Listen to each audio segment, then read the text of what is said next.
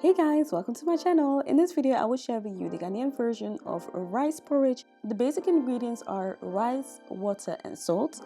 Optional ingredients are nutmeg, sugar, and milk. You can also use condensed milk.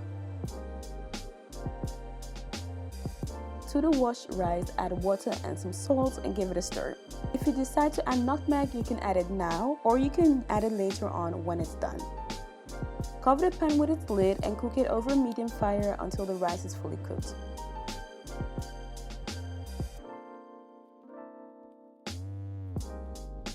And there you have your rice water. Now you can add milk and sugar, or you can just leave it like that.